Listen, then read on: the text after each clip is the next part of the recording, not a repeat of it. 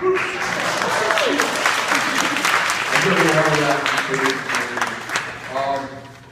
me get out my notes. First thing, I had a little bit of a difficult time trying to hold down what I wanted to say. This is a really big day, and there's an awful lot that can be covered. But I guess I wanted to entertain you a little bit. So, around her hair she wore a yellow ribbon. She wore a yellow ribbon in the merry month of May. And if you ask her why the heck she wore it for that soldier who was far, far away. And that's a little cadence from the Army. It reminds me of my grandparents' story. My grand, William Lyman, was shot in the Battle of the Bulge. He came home, had sons, built a house on the hill, worked and worshiped, taught me lessons of life, love, and liberty. So then,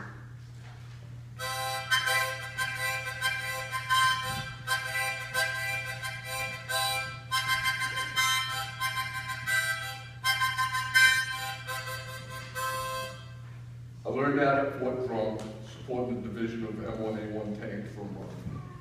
I didn't have much else to do, it was out in the woods. You know, when we weren't eating or working, had to do something. So part of why I'm here is to entertain you, to get you thinking about what Memorial Day means, what duty and sacrifice can mean. Why do we respect those who serve and pay our respects to those who died? I served U.S. Army Reserve for 3 years, then in the National Guard. 1181 Infantry Battalion as a truck driver for 3 more years. I was an E4 specialist when I ETS, or exited the system.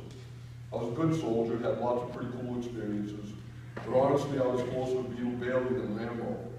Sure, I trained to kill, spent weeks spitting at dummies and stabbing them with bayonets, but I never went to battle, and I'm glad.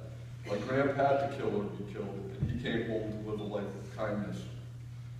I spent much of basic training doing push-ups because everything was funny to me, and that wasn't funny to my drill sergeants. The Army changed me. Mama, mama, can't you see what the Army done to me? Used to drive a Chevrolet, now I'm marching every day. My sense of humor still kept causing me to find conflict in comedy. Missing my Army buddies, I have found camaraderie in Warwick Fire. Still a tough guy, still a clown, and I still fit into my BDU uniform. And this flag on my shoulder means the world to me, because my duty is to protect my country and my community. Okay, so, think about this. Had my grandpa been killed fighting a just war, had I been deployed during Desert Storm, there'd be nobody in this uniform. Think about our Megan Persico, flight deck firefighter on the George H.W. Bush, a dangerous deployment. Think about Rod Whipple and my friend Paul Robbins, who I had the honor of being part of saving his life this year. He served. They think about the losses as if they were before their eyes again sometimes, if they can bear to reflect. Okay, now, I have a little bit of a disconnect even being in the Army, and Doss mentioned too that it's hard to understand sometimes what battle's like. I don't know if this is the best poem to be reading for children, and I hope you never have to understand this firsthand, but this is about the best I can come to what battle might be like. It's called Dulce et Decorum Est, and it's written by Wilfred Owen, who was a World War I soldier and fought in the trenches and died. But anyways, Dulce et Decorum Est pro patriarchum mori means it is sweet and wonderful to die for one's country.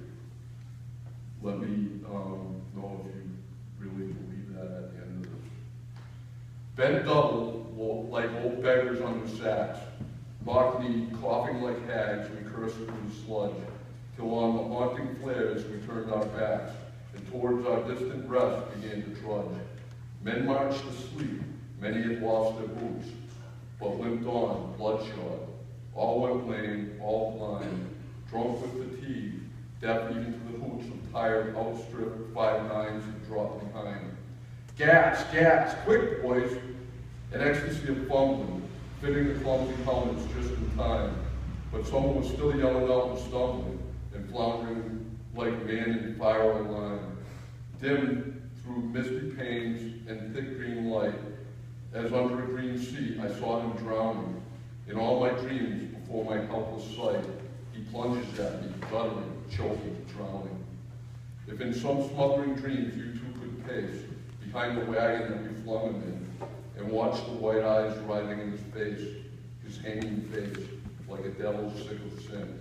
If you could hear at every jolt the blood come gargling from the frother of his lungs, obscene as cancer, bitter as the cut of vile incurable sores on innocent tongues, my friend, you would not tell me with such high zest to children ardent for some definite glory, the old lie, dulcet decorum est pro patriarchum more. That was actually this man's experience of being in a mustard gas attack. So now that we know a little bit about what somebody that's gone into the war had to do with, today is our day of thinking about those people. And I'd like to think about Sergeant Winfred Fellows from Warwick, who doesn't have grandkids in college but holds a place in his town's heart. And also help me please honor John Dawson, a U.S. Army medic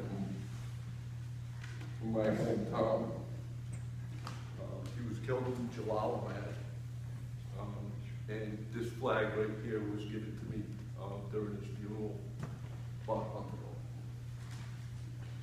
in front of the high school that I grew up in. So his body came home.